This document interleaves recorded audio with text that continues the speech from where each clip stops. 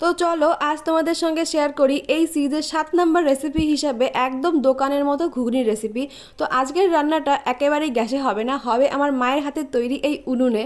তো প্রথমেই লুচিগুলোকে ভেজে রেখে দেওয়া হলো, তারপর কড়াইতে আবার তেল দিয়ে লবণ হলুদ দিয়ে আলুগুলোকে ভেজে সাইডে রাখা হলো, তারপর আবার তেল দিয়ে ওর মধ্যে তেজপাতা, শুকনো লঙ্কা, জিরে ফোড়ন দিয়ে পেঁয়াজগুলোকে দিয়ে কিছুক্ষণ ভাজতে হবে।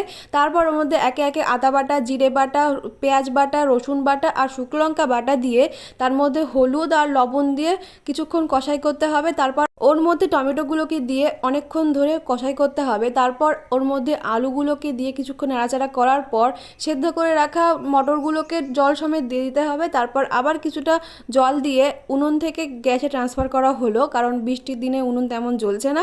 সবশেষে বাড়িতে তৈরি কসুরি মেথি দিয়ে কিছুক্ষণ নাড়াচাড়া করলে রেডি আমাদের একদম দোকানের মতো ঘুগনি। এটা লুচি রুটি সব কিছুর সঙ্গেই খাওয়া যাবে। তো আজকের জন্য এটুকুই, সকলে অনেক ভালো থাকো, সুস্থ থাকো।